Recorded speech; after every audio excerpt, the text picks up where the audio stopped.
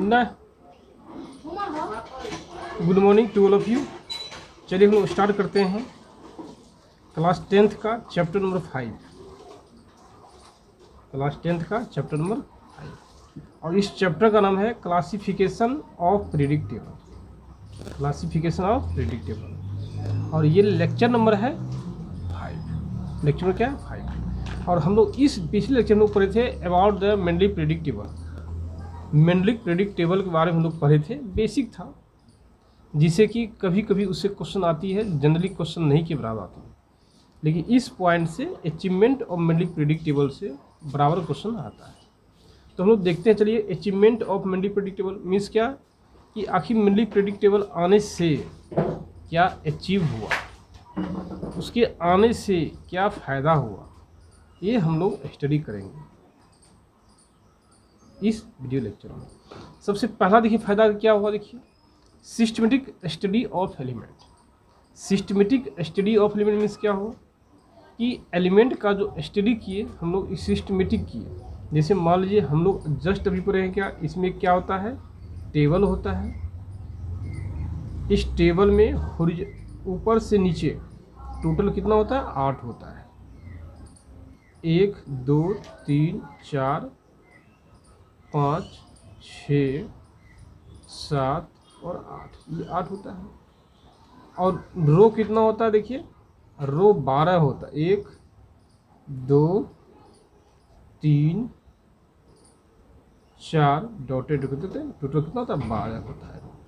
Number of कितना होता है, 12 होता है। तो देखिए सिस्टमेटिक स्टडी के बाद जैसे मान लीजिए इसमें जो भी एलिमेंट है, मान लीजिए एक्स है, वाई है, जेड, जो भी है, ई क्यू आर, जो भी है, जो भी एलिमेंट इसमें है। सर वो क्लास लड़का आ गया, बोलिए ना, 4 बज गया, बोलिए 4 बज गया। इसमें जो भी एलिमेंट है, इसमें जो भी एलिमेंट है सभी का प्रॉपर्टी क्या है, एक सिमिलरली अबाउट अप्रोक्सीमेट सेम है। जैसे एक्स वाई जेड जो भी एलिमेंट इसमें है, इस ग्रुप में जो भी एलिमेंट्स है उस सब का प्रॉपर्टी हम कह सकते हैं लगभग एक समान होता है। यदि इन सभी में से एक्स वाई जेड, इन सभी में से किसी एक एलिमेंट का भी प्रॉपर्टी आपने स्टडी कर लिया, इसका मतलब है इसमें जितना भी एलिमेंट है सब का कुछ न कुछ प्रॉपर्टी की आपने स्टडी कर लिया। क्योंकि अप्रोक्स अबाउट 75% प्रॉपर्टी क्या होता है, सिमिलर था किसी एक ग्रुप में रखने पर। क्योंकि इसको एक ग्रुप में रखा था, जस्ट उसे बेसिक में बताया था, इस ग्रुप में जितना भी एलिमेंट होगा सबका प्रॉपर्टी क्या होगा, सिमिलर होगा। कोई दिक्कत? तो इसलिए एक के बारे में स्टडी कीजिए, बाकी के बारे में जानिए। यही था सिस्टमेटिक स्टडी ऑफ एलिमेंट।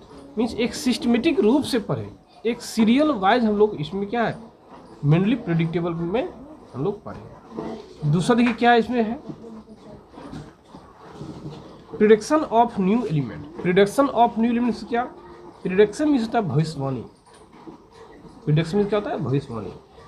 तो प्रिडिक्शन ऑफ न्यू एलिमेंट्स का मीनिंग होता है इन्होंने प्रिडिक्ट किया था, कौन, मेनली प्रेडिक्टेबल।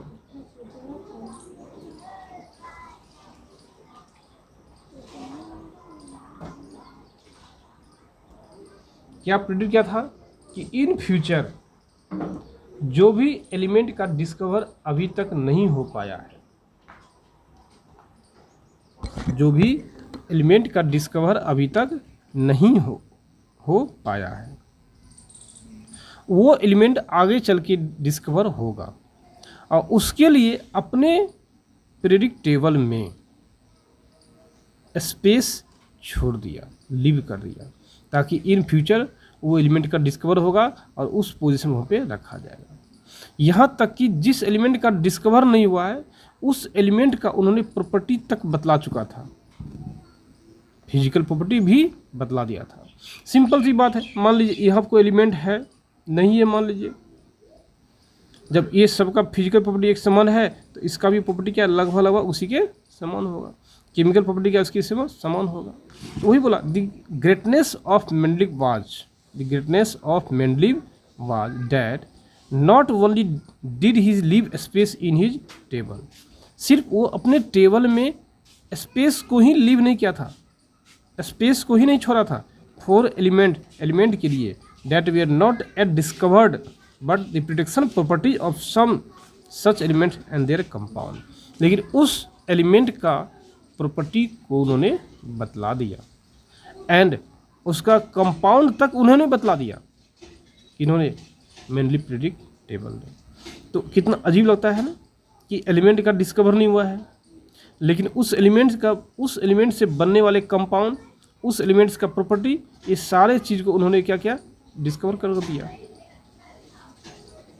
अब देखिए, these were discovered during his time, life time and were named is scandium, gallium and germanium. तो उस समय देखिए क्या था, जो एलिमेंट का डिस्कवर नहीं हुआ था, there were undiscovered during this time, जब कोई डिस्कवर होगा उसका नाम रखा जाएगा स्कैंडियम, गैलियम, जर्मेनियम। तो जी नाम तक रख दिया।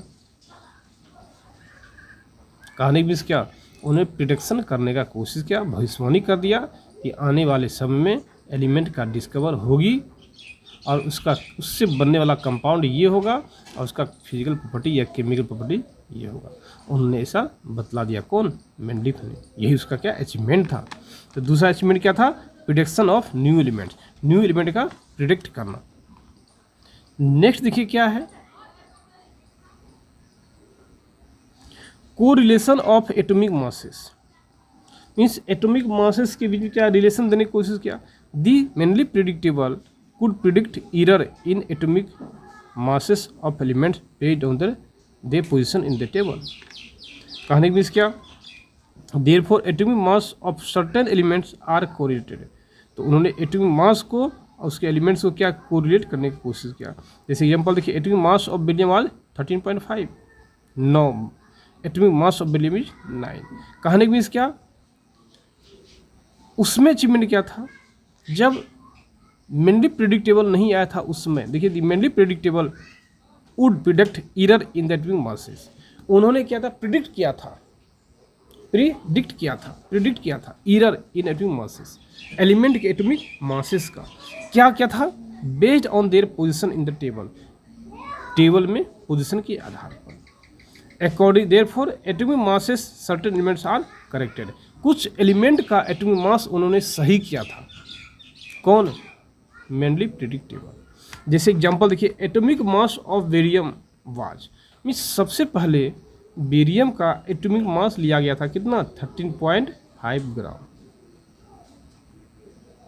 कितना ये था, 13.5 ग्राम। सबसे पहले बेरिलियम का मास कितना लिया गया था, 13.5 ग्राम। लेकिन वो अपने प्रेडिक्टेबल में इसको करेक्ट किया, सही किया, atomic mass of beryllium is 9। और आज हम लोग बेरिलियम का एटॉमिक मास जो है 9 ग्राम ही स्टडी करते हैं। This is corrected by the Mendeleev. इस प्रकार से उन्होंने क्या है, सही किया।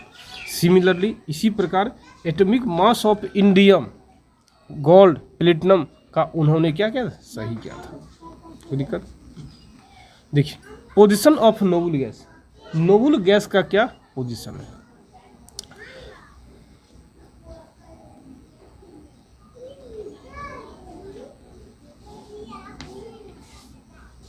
देखिए, नोबल गैस क्या पूछा है, noble gas like helium, neon, argon, krypton, xenon, radon they are mention in many study.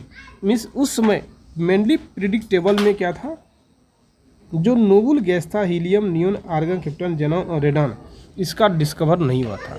This gases were discovered very late between, they are very inert and present in the extremely low concentration. Means क्या, mainly predictable के time में noble gases का discover नहीं हुआ। अरे